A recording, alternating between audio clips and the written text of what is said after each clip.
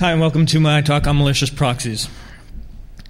So let me tell you a little bit about myself. My name is Zaborowski, and I've been in security for about 12 years. Through those 12 years, I've moved back and forth through the various disciplines of malicious logic, incident response, intrusion detection, and pen testing.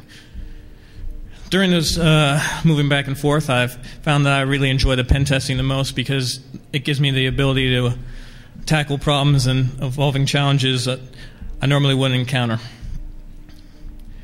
So one thing I want to get out of the way talking about proxies, when I use the term proxy, I'm focusing only on web proxies.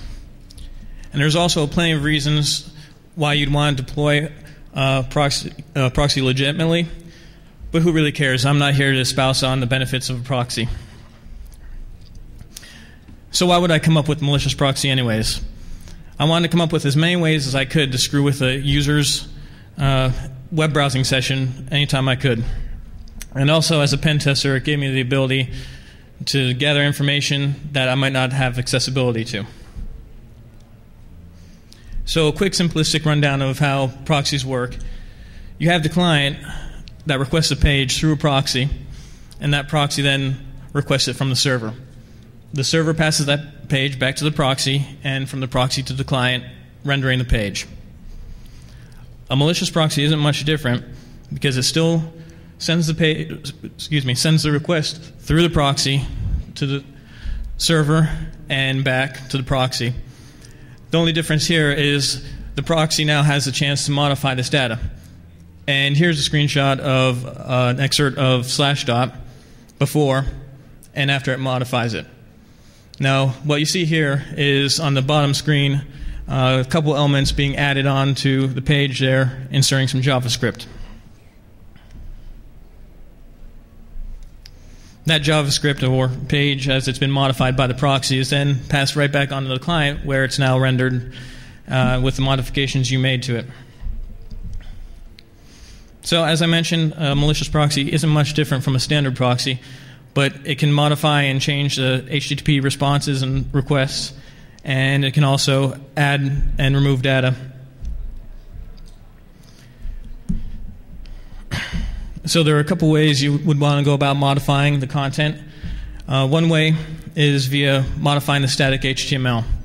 Now, that takes a lot of customization on a per-page basis, and it's just really kind of difficult to do for every single page that you would possibly want to modify.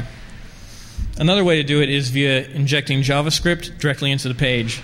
And that's a lot easier because we only need to find one thing that all pages should have in common, like a head tag, and add that JavaScript to that element.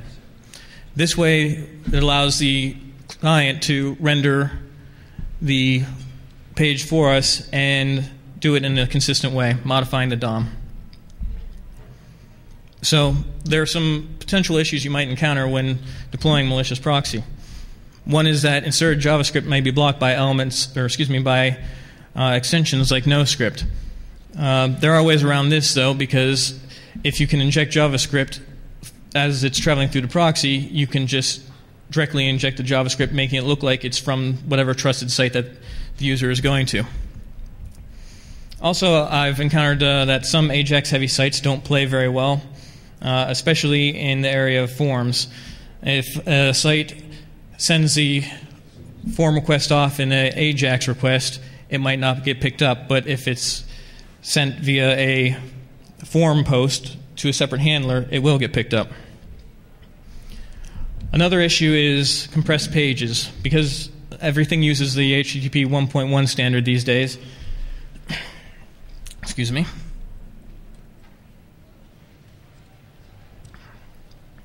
Because everything uses the HTTP 1.1 standard these days, pages will come by in a binary format, making it hard for us to make our changes. So we have a couple options there. We can either decompress and modify the page when it comes to the proxy, or we can just strip out the header request as it's going out from the client. Also, modifying the page itself slows down delivery, so if you're doing this on a large scale, you might run into more issues, and that's another reason why to use JavaScript, to let it do the lifting and the clients do the processing for you. So backing up now, how would you go about assigning a proxy? Well, in a pen test, statically is not really the best way to do it, and it's kind of like cheating. You can also do it dynamically via DNS or DHCP. DNS has this functionality called a WPAD record, and what that does is any browser set up to use auto proxy detection will look for a domain name with a WPAD host appended to it or prepended to it. If it finds it, it'll look for a file on a web host at that URL, and that file contains the proxy configuration file of where it should proxy through. The same thing with the DHCP option 252. The only difference is you get more flexible about the URL. And again, that only works for browsers using auto proxy detection. And of course, there are the other ways you can do it via like ARP spoofing as well. So I'm going to start talking about Doppelganger, the tool I wrote to do this kind of stuff. When I started writing it, I wrote it as a kind of personal exercise, learning Ruby. So the code isn't pretty, and the documentation is sparse, but that's a work in progress. I also wrote it as a proof of concept, so some things might not always work, but if you find yourself wanting to download it, and you do, and you find something wrong with it, feel free to let me know about it. I wouldn't mind to make improvements. Now, for the tool itself, I wanted it to be able to set down on the network and just go immediately. I didn't want to have to configure it a whole lot, and I wanted it to target all sites out of the box. So Doppelganger itself can create that WPAD record for us, and I found that if you can manage to get on a network, usually the networks trust internal DNS updates, so therefore you can become the proxy for the internal networks. And if any of you are familiar with Grease Monkey, this is kind of like Grease Monkey for entire network. Additionally, I use Google, or you can use Google APIs for part of the JavaScript, so that way you don't need to have the clients pinging your local machine to get them. You can go to an already trusted site and let them download them from there. So Doppelganger, as I mentioned, uses Ruby. And the core and heart and soul of Doppelganger is WebRick. It uses that as the HTTP server, serving up any files like the WPAD file or any other images that might be sent to the client. It also uses Ruby gems, DNS Ruby for updating the DNS, Packer for packing JavaScript and injecting it directly into the page, and the bottom two, Windows PR and Win32 process for Windows interoperability. But I haven't had any success with it binding to a port on Windows yet, so I won't count on that working. So as I mentioned, Doppelganger generically works as a malicious proxy and can operate on both the headers and the content of the content of the page. Specifically, it has these abilities, and these can be customized or added to or whatnot, but this is out of the box as I've written it. And you only need to create a JavaScript file containing the directives you want it to do. So I can insert a calling card, and calling card is a pretty obvious attack. Not always useful for a pen test, but it has its uses at times. Also injecting flash applets. I can also scrape and decode the basic authentication of any users authenticating to a site, because that basic auth is only base 64 encoded. I can use it to steal form data and other header data such as cookies.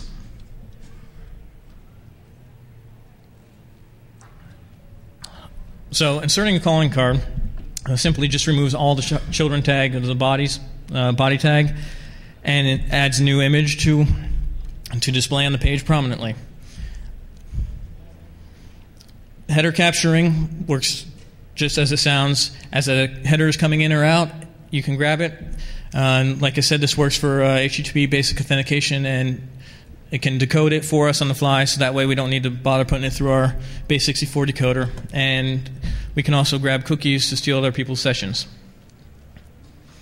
For injecting flash, we can just append that onto the end of the body of the page, and this allows us to gather more information about hosts and potentially even exploit flash vulnerabilities. In capturing form data, the way this works is it binds to the submit event on all forms.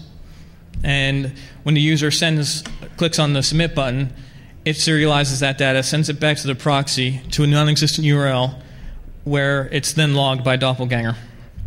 And this is pretty useful too, especially for those pages that are HTTP only, but then post the data to the form, to a secure page. So, an example of what you might see is here a tragic event happening on June 23rd, a separation of a couple, because that never happens. But if you were running Doppelganger and you had the calling card functionality, they might see something more like this.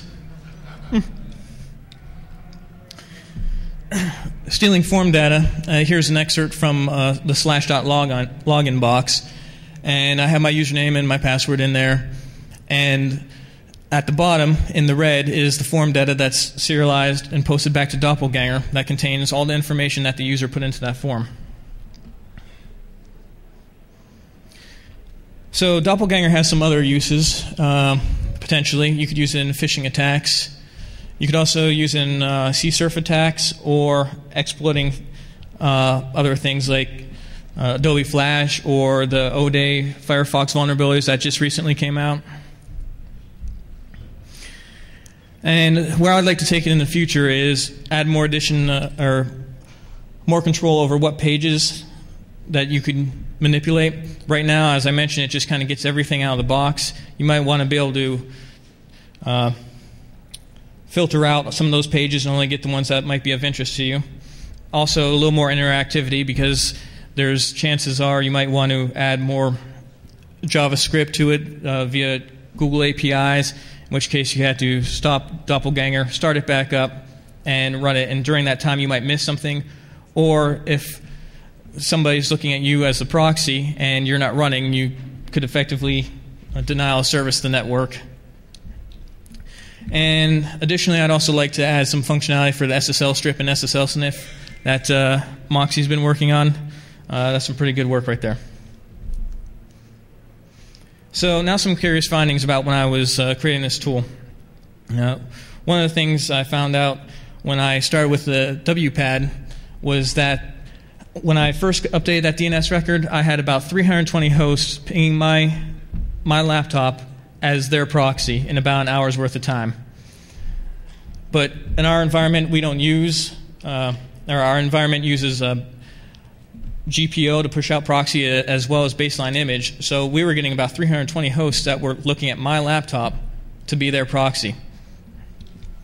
Also, additionally, not on the slides, is I found that big surprise. IE was the biggest offender of using the WPAD, the auto proxy detection. But there were still some other browsers in there that were using it as well, such as Firefox and Opera, which was a little bit of a surprise to me. So there are some things you can do about the WPAD attack. One of the things is you can serve out the DHCP option 252 yourself, or the DNS option. Although browsers look at the DHCP option first, so that would be the better way to go. Also, you could ensure that the browsers aren't set to use auto proxy detection. And as I mentioned, this only protects against the WPAD, not the ARP spoofing type of attacks. So below is the URL for the code, and it's hosted at Google. And it has the fine seal of works on my machine approval. So you might get your mileage may vary, but again, let me know, and I'll always look to fixing it. So that's it. Thanks.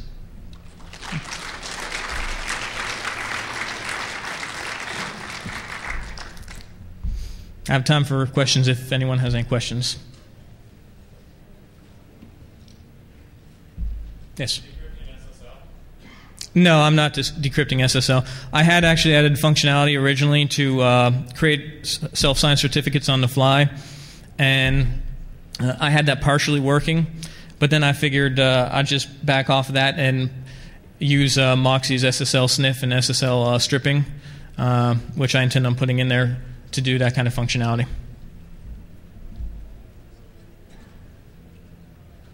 Okay, well, thank you.